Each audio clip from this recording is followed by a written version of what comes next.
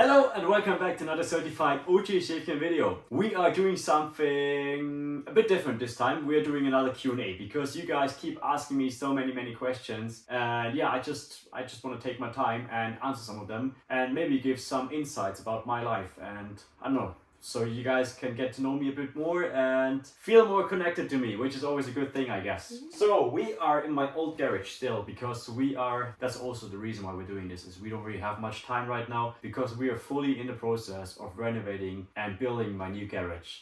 We just got done painting yesterday. I still have some paint on my whole body. It was chaos to say the least, but it is so far pretty fun. We still have lots of work to do. We still have a long time until the garage is gonna be finished, but like promised, we're gonna make a video of that and we're gonna show you guys the full renovation process to make the little old garage that it used to be into a beautiful man cave, into a beautiful workshop, hopefully. So anyway, Celine is gonna ask me the questions that you guys basically sent me on Instagram in my Q&A, and I'm gonna try my best to answer all of them properly. Let's go with the first question, I guess. Celine selected them, so I don't really know what's coming, so we're gonna see. Okay, first question. How tall are you actually? Why do you guys want to know how tall I am? I understand, I'm a bit smaller than maybe usually, but I'm like 1 meter 74 centimeters, and Celine is actually pretty much the same height as me, so that's yeah. So 174, which is I think 5'8". 5'8.5". 5'8.5". 5'9". 5'9". 5'9". I am 5'9". I don't know why you guys want to know that so bad, but yeah, it's very good because I am lightweight, which is good for racing, I guess. So. Perfect. Okay, next question. What is your favorite car in your collection, and what is the car you really want to get? Okay, I think I get this question literally every Q&A I get this question.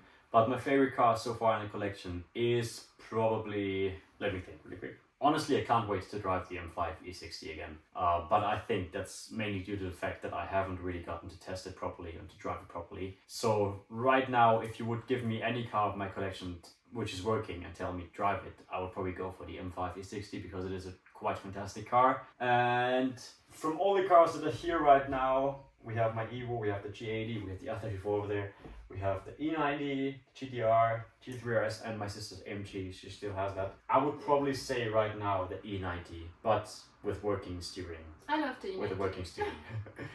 So we have an idea how to fix that, finally.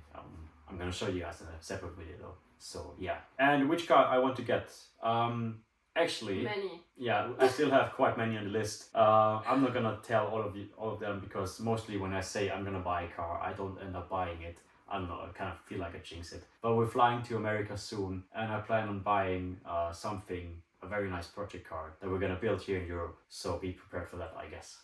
Okay, next question in German. Wann denkst du, wird der M5 E60 fertig sein? Perfect question, because I already talked about that car. So the question is in English, when is the M5 E60 going to be finished? We're flying back to US, like I already said, in a few weeks, and hopefully the car is going to be finished back then. It already has, I think Sean already fixed the engine kind of, so that is already sorted. We're flying back over there to do all the cosmetic stuff. We're going to do the roof swap, going to do the door swap, going to do the side panel swap. So yeah, most cosmetic stuff is going to be done hopefully in the next weeks, and then the car should hopefully be running properly again, which is going to be fantastic. Okay, next question, English or Spanish? ¿Cómo estás? Are you thinking about Spanish right now? Guess it's nicht. Was? Das ist mir mit Englisch oder Spanisch. Na, was? Frag mir für die nächste Frage, erklärst du. English or Spanish, oder? Na, das ist für TikTok, da geht einer hin und sagt Englisch oder Spanisch. If you move, you're gay. Und dann bleibst du, vergiss es. Es ist sehr kompliziert. Okay, next question.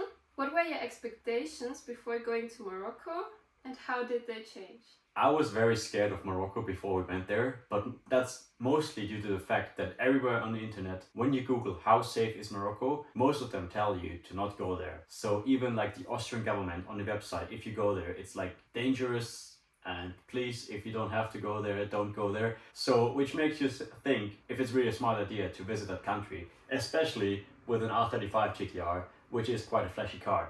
Also, we all wanted to go with more people, but most of them cancelled out last minute because they said it's just too dangerous for them. So in the end, I was very scared to go, But once we arrived there and once we kind of like drove around, it turned out to be one of the coolest trips I've ever done. And I really, really loved Morocco. The people there were super friendly. They were super helpful, but also at the same time, some of them were a bit annoying, like the poor people in the desert. They really did not want to go away from us, which was kind of annoying, but at the same time, I kind of understand it because we gave them money and then at the end, they just, I mean, it's normal, you know. But the country itself was very beautiful. I did not feel any danger at any time that we were there for like the whole week. So I really, really enjoyed it. Shout out to Morocco.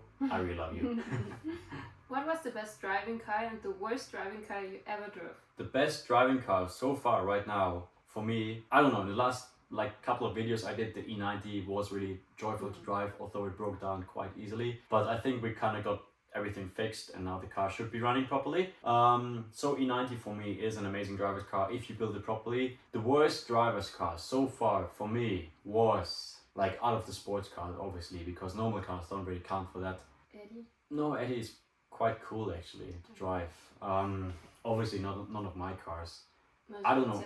Speziale. Speciale was cool. Okay. Honestly, the Mustangs were really, really a pain in the ass to drive if you're not used to it. But if you like kind of vibe with the car, you can have a great time. So that does not really count. What is a bad car to drive? I think honestly, now I know it. The worst car for driving, I actually own myself. So far, I think it is really my Supra. This car drives like complete bullshit. Yeah. I'm gonna tell you guys, this car, I don't know if it's the suspension or like the general geometry of the car, but like going around corners with the Supra and just driving any bumpy road is the most unpleasant experience you're gonna ever have with any car. So I think it's a fun car, don't get me wrong, I really love it, but it is really shit to drive. Yeah. So Supra. Yeah. Best car under 50k. Best car under 50k, E90, E92, F80, F82 BMWs. For my personal experience and my personal pleasure, obviously it's gonna have to be a BMW M car, and yeah, I don't think you go wrong with the V8 models, but also the F80, F82 models have gotten pretty cheap. So I really, really enjoy those cars, and I definitely think we're gonna have one on the channel back again very soon. We have something special planned for you guys, but gonna be in the future. So next question. Are you planning on buying another car like Audi, BMW, Mercedes? You guys only want to know what cars I buy. Yep. There's a few BMWs coming in the future. I can tell you that. I definitely want to get an Audi again for the winter, but yeah, we're gonna see about that. Just be patient with me. Be patient. I don't want to spoil it too much. Why no drift car? I mean, Eddie is nice, but what about a 350C or something? Obviously, Eddie is gonna be pretty close to a drift car as possible once we're finished with everything. So Eddie is destined to be a drift car. But apart from that, we also have plans to build a proper drift car in the future very soon.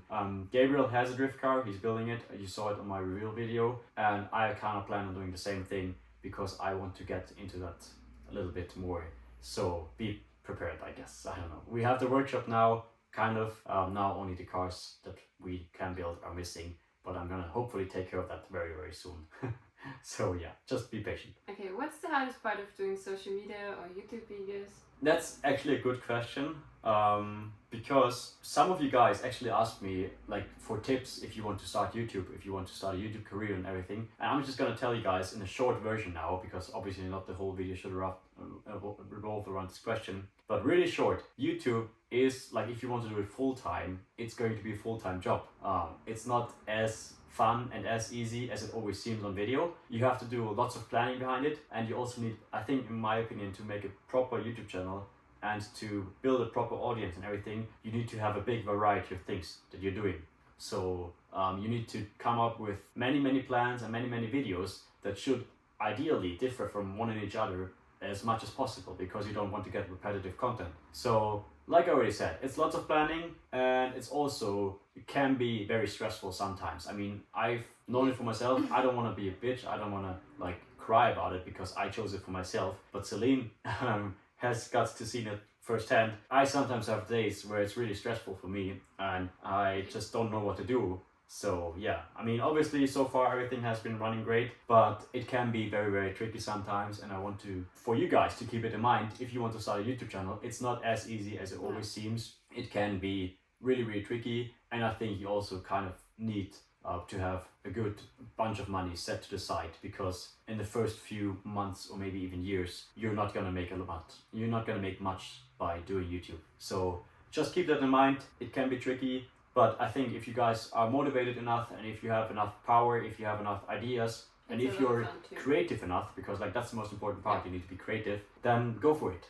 You don't need high-end equipment. We are filming everything with an iPhone, and I think it's honestly the best to keep it as realistic as possible. So yeah, you just need a good crew, which obviously I have, and you just need to have fun and record yourself having fun in the best case scenario. Which sounds nice, like I already said, but at the same time, it can be very, very stressful. Especially like the last few weeks and months. You saw that we put out incredible videos in my opinion, but it has been very, very busy. Like we've been going from places to places. I haven't been at home for like one full day and sometimes for weeks.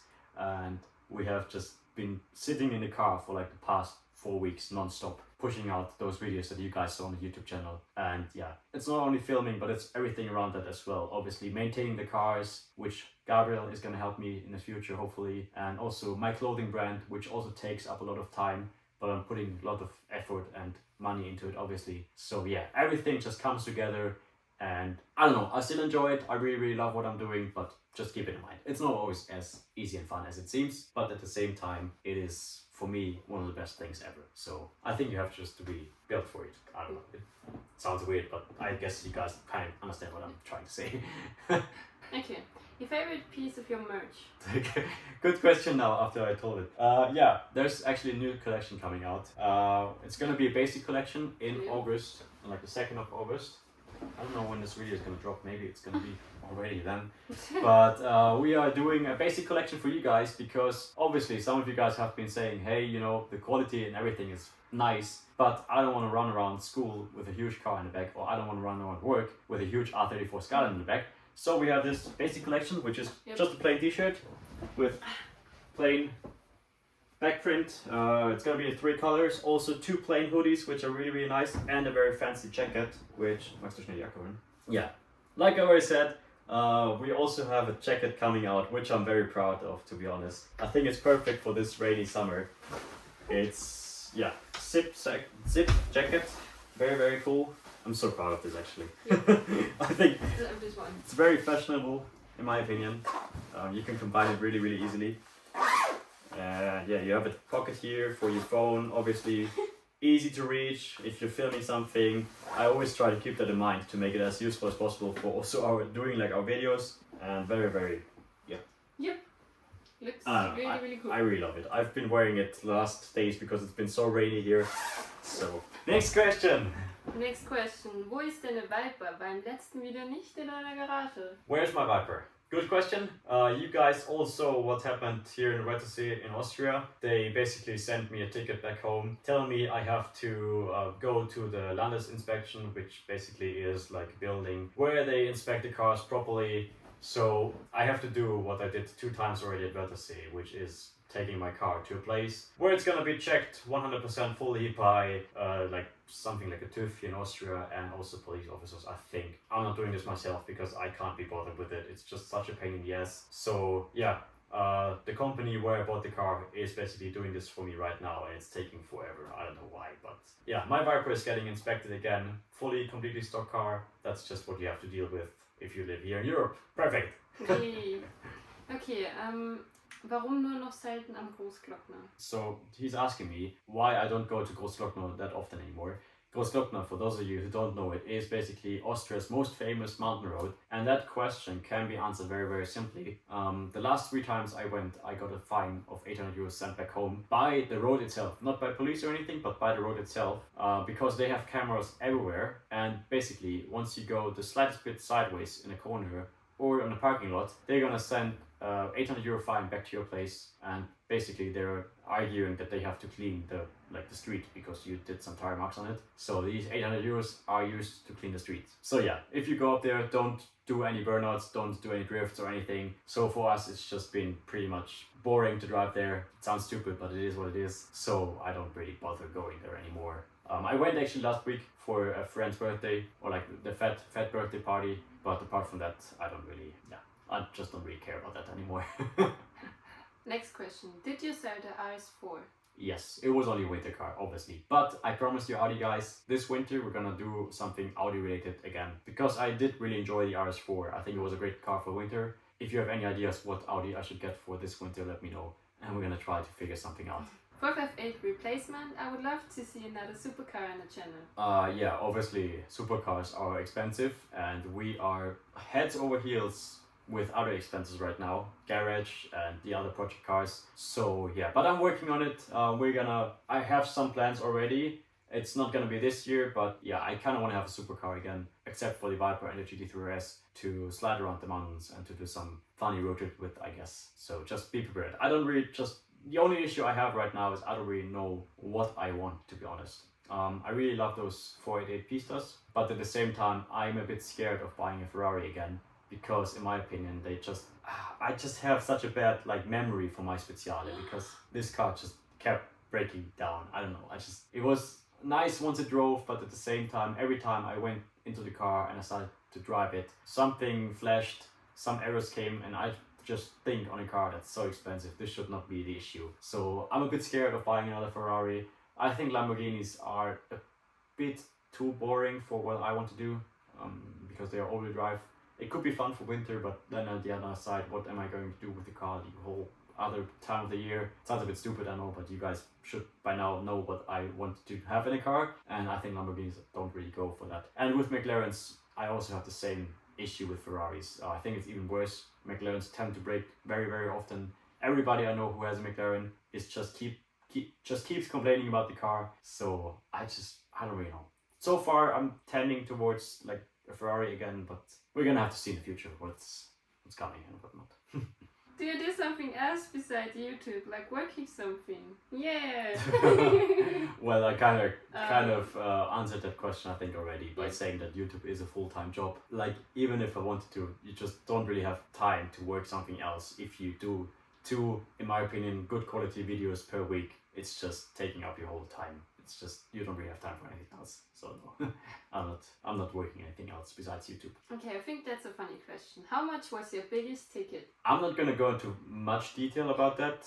Ticket wise, which means I guess speeding and everything else, it was I think 4,000 euros. And it was, I'm not gonna say much about that, but 4,000 euros was the highest ticket I ever had to pay. House tour, how you live, aesthetics. Yeah, I also get this question quite a lot. People want to know how I live. I'm not gonna go and show you my house, but Celine and me, we are in the process of moving into a flat, and I think I can show you that maybe. So let's just teleport there really quick. My name is Schaefchen and welcome to MTV Cribs. This is my flat. Okay. Follow me. No, so this is basically Celine, and yeah, we're gonna move here, but we haven't moved here yet, so we're still basically in the work of Celine wants to already move here, but I think it's not ready yet, so we're not. Why is it not ready? We have not moved in here yet fully. Okay, I'm gonna show you anyway. This is the chill area where obviously you have a TV, and we still are missing a little table to put some stuff on the table to, chill. This is what I'm most proud about. My grandpa used to collect many historic things, and some of them I basically took with me and put them in here because I think it is quite fancy, I hate this one. Yeah, so. And they were so scary. Old picture of my grandpa. Yeah, it's very. Yeah, he was a big fan of World War II stuff. So that's some Russian artifacts, and also One Life Ready stuff down here, and fossilized fish, which is very random, I guess, but also very, very cool. He also used to collect old Playboy. Yeah, we love that. And that's basically this here. So yeah, also very fancy suitcase with my name on it somewhere. With very your grandpa's name. It's my grandpa's name, and he had the same name as me, so there's that. This is also very random. My dad basically likes to go onto auctions and buy random stuff. And one day he called me, he's like, "Oh, I got the box." And I'm like, what box? And he's like, "Yeah, the box that you guys wanted," and we don't know what he's talking about. So this box showed up in our door, and we don't know why he auctioned it, but this Pretty box fancy. is from the 15th century, and it's very technology advanced for the time. Open it. It's very hard to open. So basically, keep in mind, people from the 15th century, they built this. So what you have to do is you have to push this. Da, ja, in der Mitte, glaube ich. Ah, yeah. Ah, yeah. You have to push this, and then there's a keyhole down there. Wow. And if you open this up, and you also open this up here on the side. Yeah. Yeah, and in here you can see the locking mechanism, which Yeah. for the time I think it was very technology advanced. Yeah. But now it's just annoying to open. Yep. So, anyway, pretty fancy. Anyway, nice mirror. Celine Yeah. wanted to have the mirror. Yes. And then we have a kitchen over here with all that stuff. Yeah. And yeah, I don't really know how to use the kitchen. Yeah, Celine still isn't how to do it. Also lying eating some stuff over there. Yeah. Yeah. I don't really know I don't these like chairs. this picture, I don't These know. chairs don't really fit, so we're gonna have to Yeah. change these chairs for the table. This is my most important area, which Yep. is gonna be my gaming area, and where I do some of the YouTube stuff here, you know. This is also pretty fancy. It's like from the 15th century, I think. Yeah, that's it pretty much. We have a bedroom over there and a bathroom over there, which is not so important to show. So yeah, this is it. You guys always ask me to do a room tour or like a house tour. This is as close to a house tour as you guys can get. So I don't know. Enjoy it. Let's get back to the garage. I forgot about it. Oh yeah. Yeah. Coming. Pretty fancy coming. Let's get back to the garage. 3, 2, 1. So another question. What did you do before YouTube? So before YouTube, I think I already said that I used to study law, and that's actually not a joke. I studied law, and I finished my studies, so I graduated.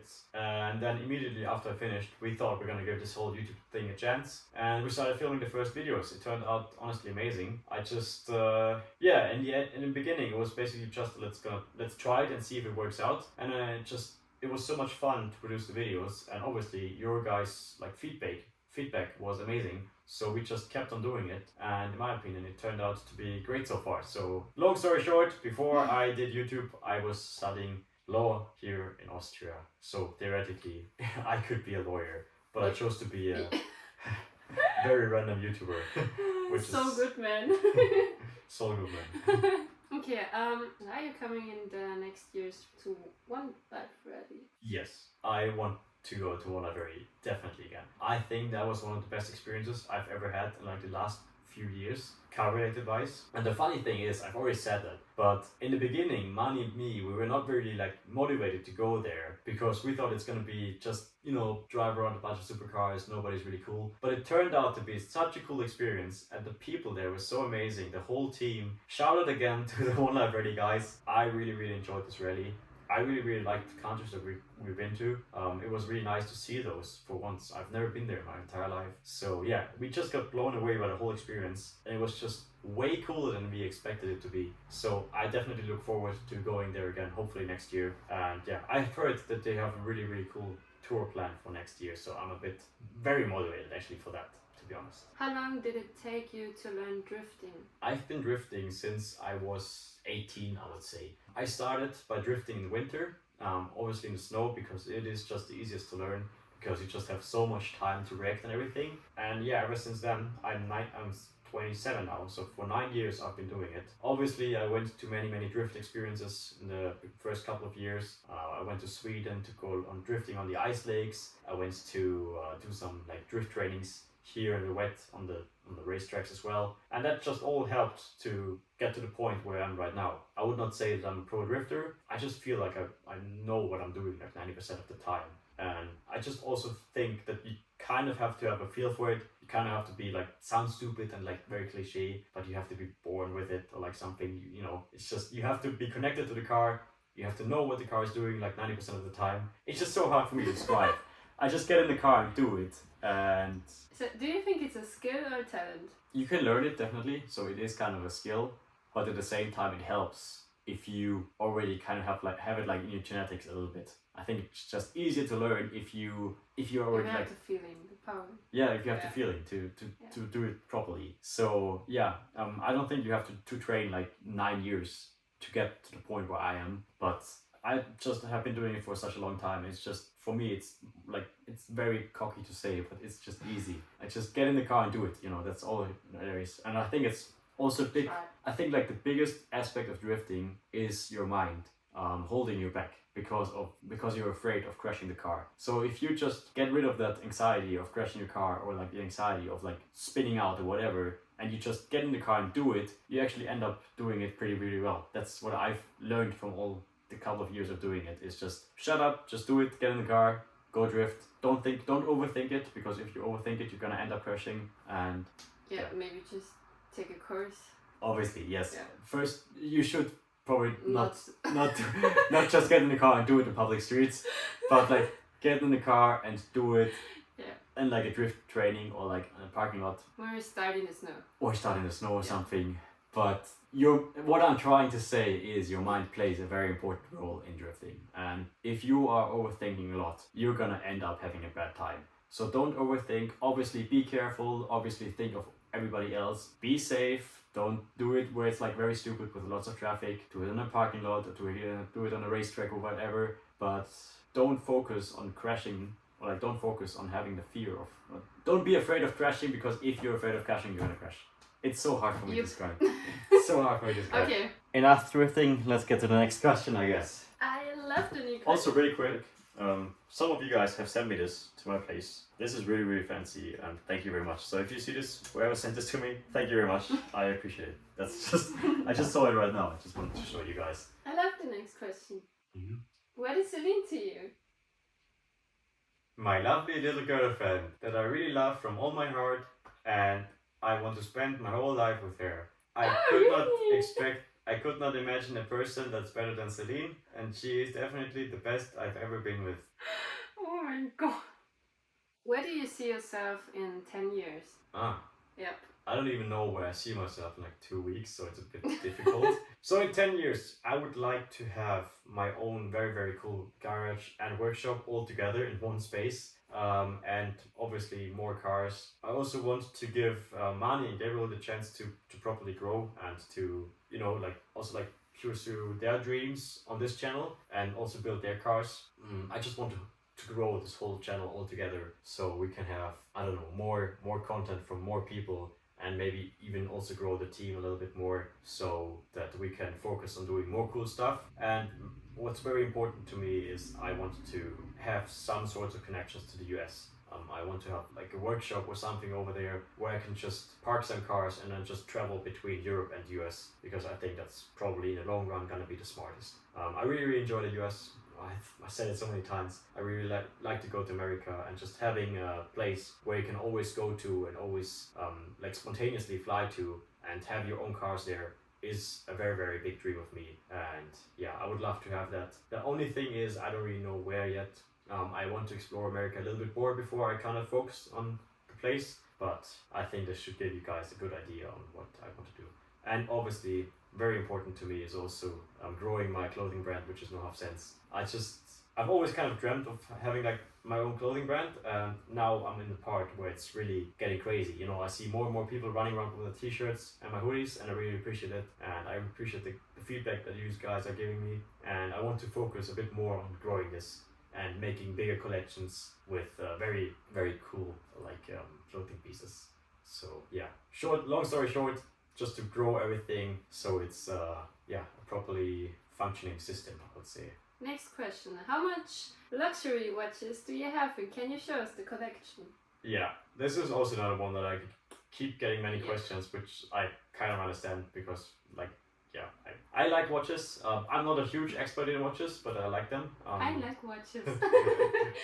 It's just like a typical like boy or like man thing to like watches. So yeah, I don't have them with me right now. I'm wearing my Oyster Perpetual Datejust Rolex date. The thing is, I like them, but I'm really bad with names, so don't judge me on that. I'm gonna show you, but I have to drive back home and get them. Or we're gonna show you in the car or something, I don't really know. So let's just teleport there, and then I'm gonna show you.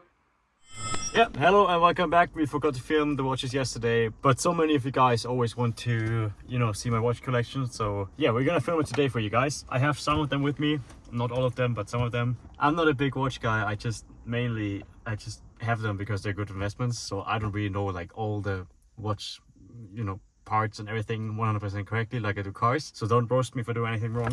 But yeah, starting off with this one. This is my vintage Patek Philippe. This is a 1980s model, I think. And I like this one actually pretty much. Das Schönste. Celine likes this one the most. But for me, the nice part is that it's so thin and so slim. So it's because I have like really small wrists, that's like the main problem. So this one is very sleek, and it is vintage, which I really like. We did a little cruise with the BMW Z1 yesterday, and it kind of felt very fitting to everything. I always try to match like my outfits and my watches to my cars a little bit. This one is perfect for like, I don't know, older cars.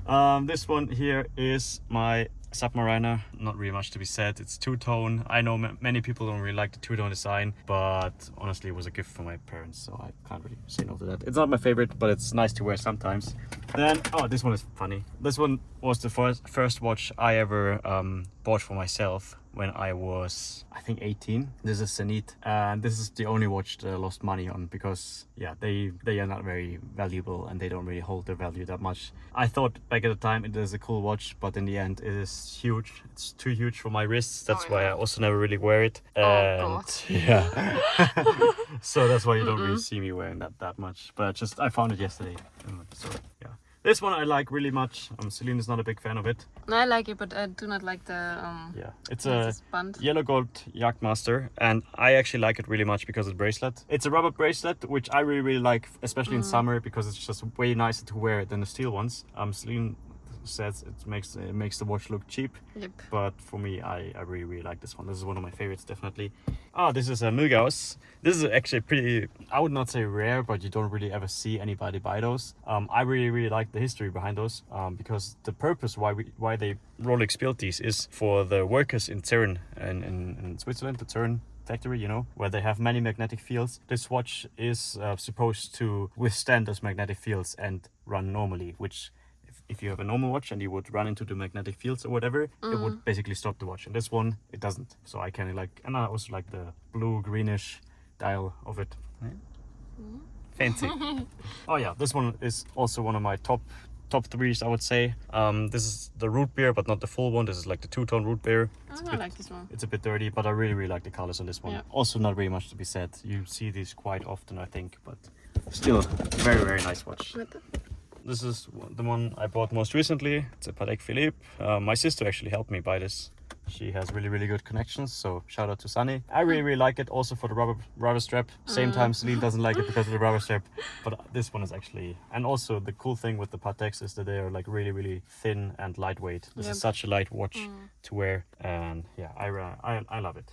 This is actually, personally, this is my favorite, I think. This is my small vintage Oyster Perpetual Datejust. Celine also likes it. This is like, if you compare it, you know, to modern watches, the old ones are pretty small, also the Patek, which is for me kind of nice because, like I said, I have small wrists, and I don't know, I kind of like the vibe of the old school watches. They look pretty cheap. So much better. But yeah, The sound. that's how they build it.